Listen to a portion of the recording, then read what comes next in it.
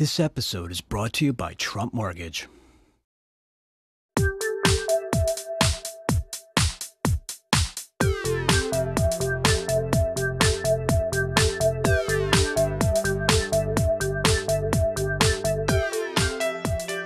day.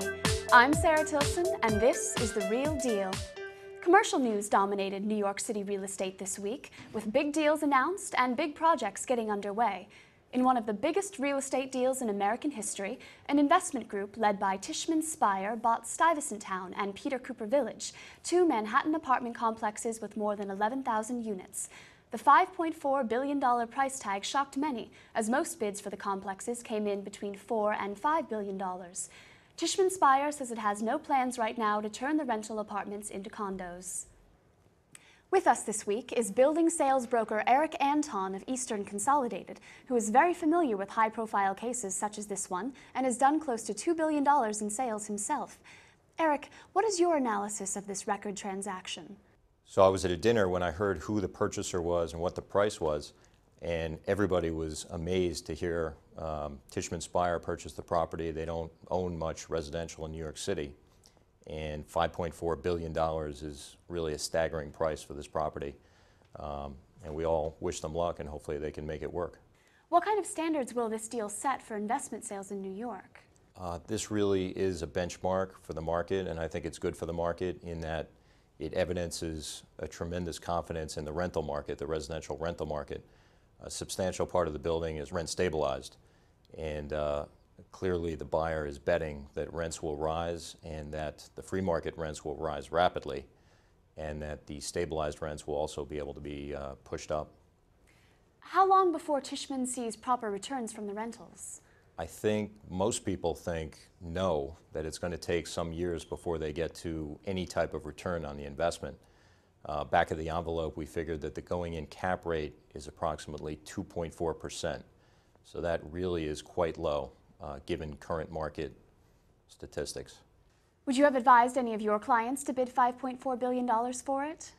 You know, I wasn't really the broker. If I was hired to promote the property, I certainly would. But as an outside investor, I'd probably want to study the numbers a little more. Going in at 2.5% return that's a thin return.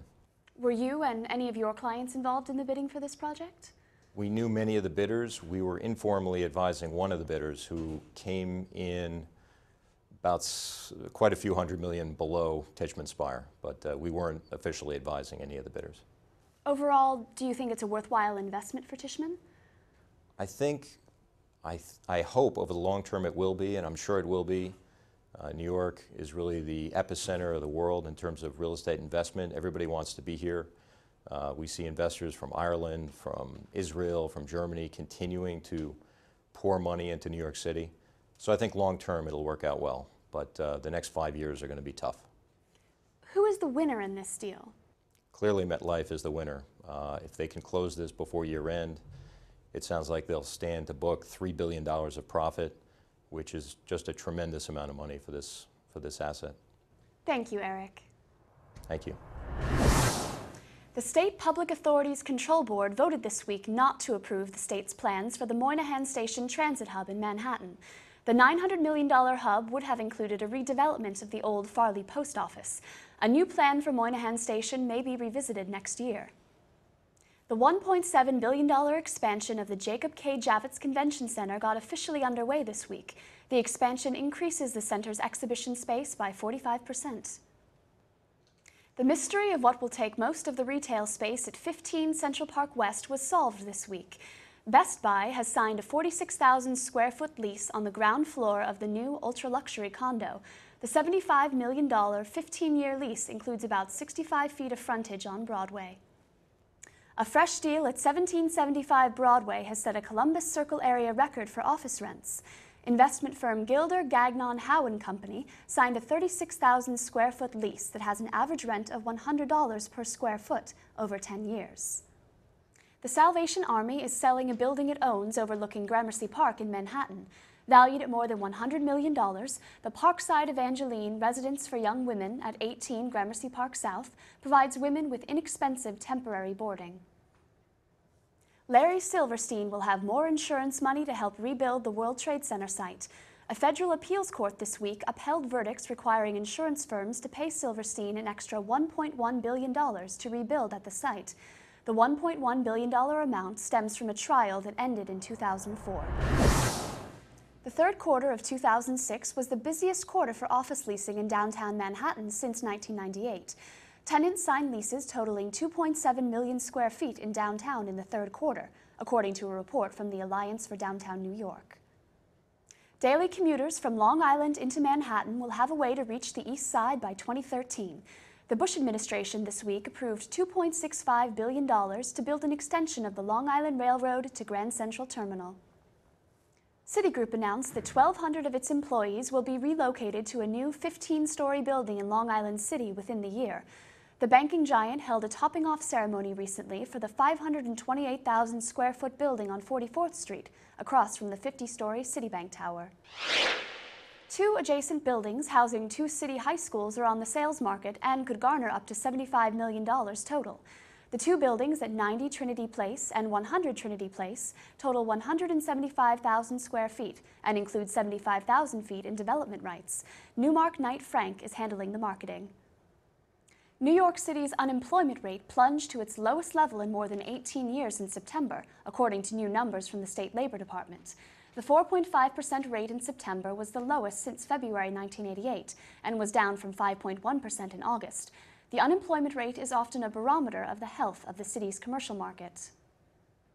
The 29-story office tower at 401 Broadway is likely going condo.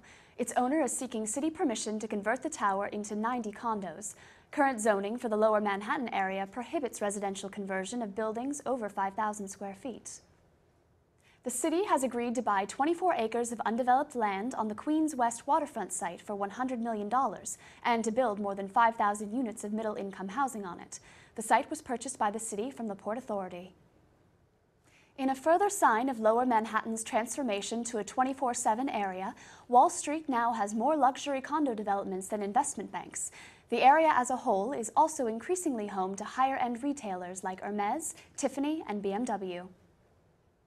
The local community board voted against a proposed 30-story residential tower at 980 Madison Avenue on the Upper East Side. The vote on the tower, designed by Norman Foster, was closer than expected and is only advisory. On Tuesday, a former Corcoran Group broker won $1.2 million in damages from a Manhattan jury. Sarit Shmuley sued the brokerage in 2003 after getting fired the year before.